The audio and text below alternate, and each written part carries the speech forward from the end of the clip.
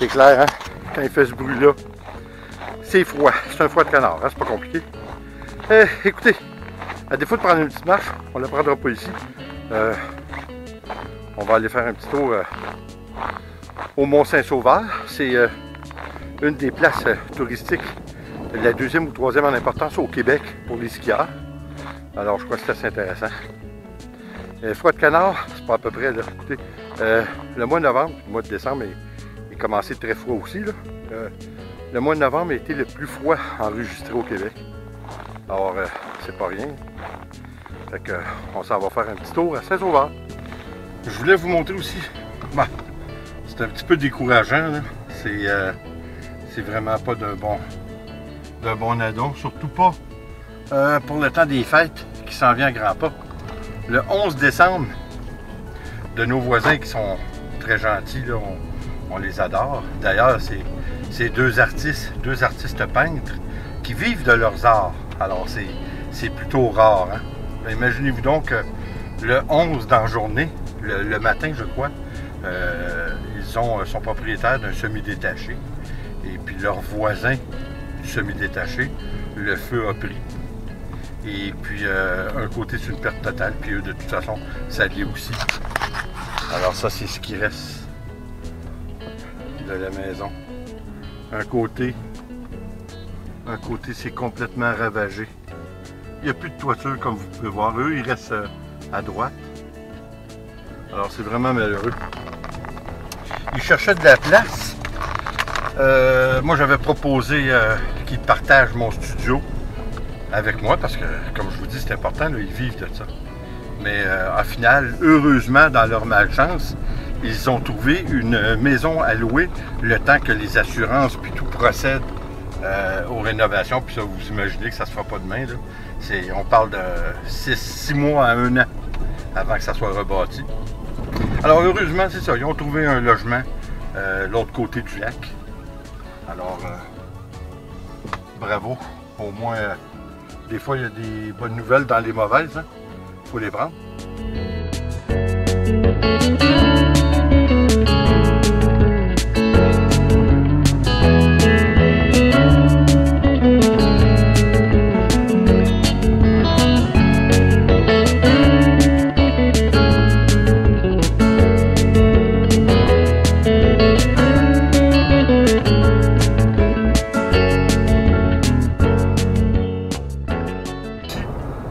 Cette semaine, il y a quelque chose de drôle. En fait, pas de drôle, mais un événement un petit peu marquant, même si ça semble anodin. La voiture, on s'est débarrassé.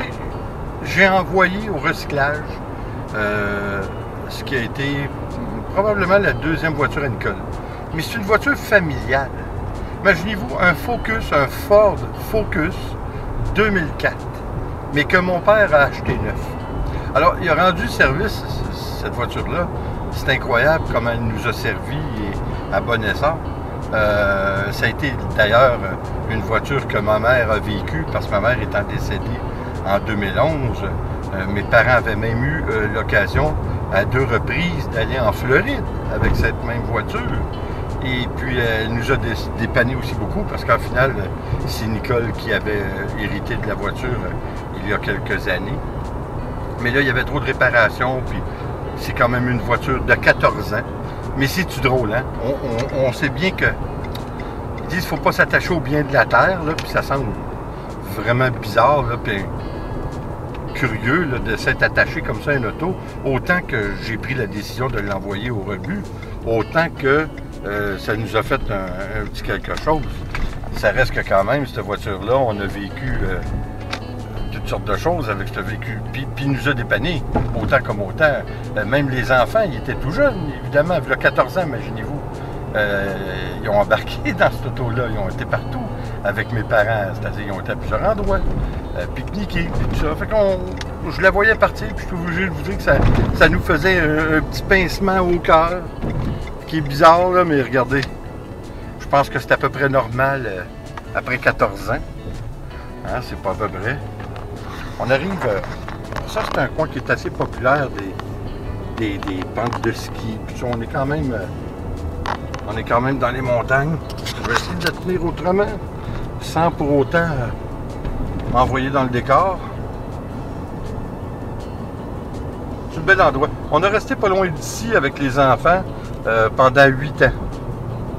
Ça a été vraiment un bel endroit qu'on a apprécié. Puis ça a été un bel endroit pour élever les enfants dans un environnement qui était calme et vraiment campagne. C'était bien.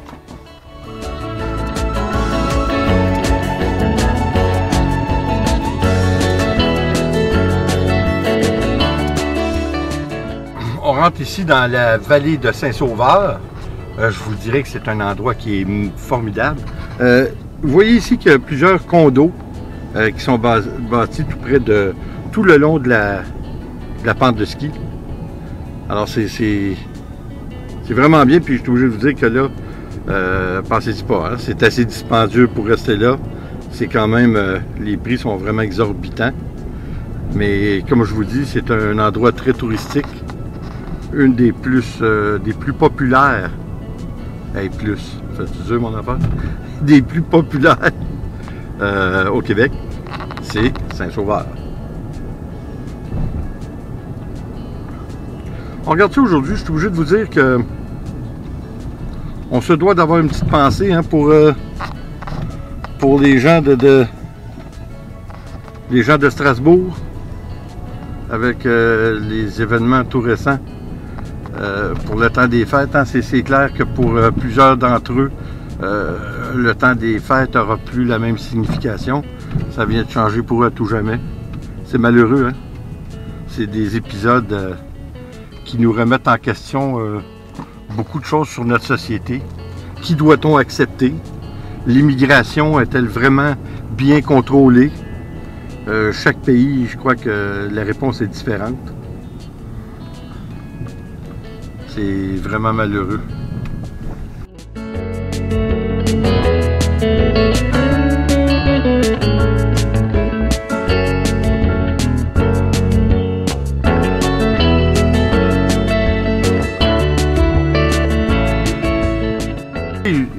J'ai fait jeune, j'ai fait du ski, mais je suis jamais venu ici. Je suis jamais venu faire du ski. Ma fille est venue, je crois, avec l'école. Ils avaient des sorties de ski. Mais moi, je suis obligé de vous avouer, j'ai jamais été un grand sportif. Particulièrement pas l'hiver. Mais je dois aussi avouer qu'à un très jeune âge, c'est-à-dire, je crois que j'avais, comme je vous ai déjà dit, j'avais 9 ans. Alors, à 9 ans, j'avais une motoneige. Alors, je suis obligé de vous dire que le ski, pour moi, là, c'était vraiment pas une nécessité. J'avais beaucoup d'amis qui sortaient, c'est évident, la plupart de mes amis qui avaient justement pas de motoneige. Eux,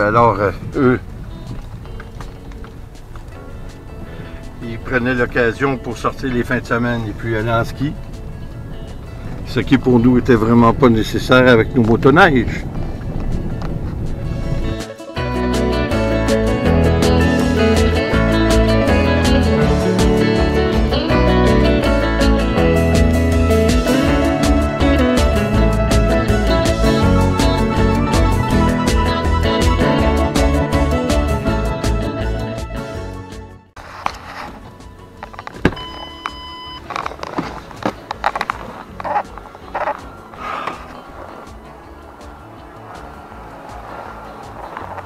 C'est un bel endroit que j'ai jamais su profiter beaucoup. Ben, pas du tout en fait.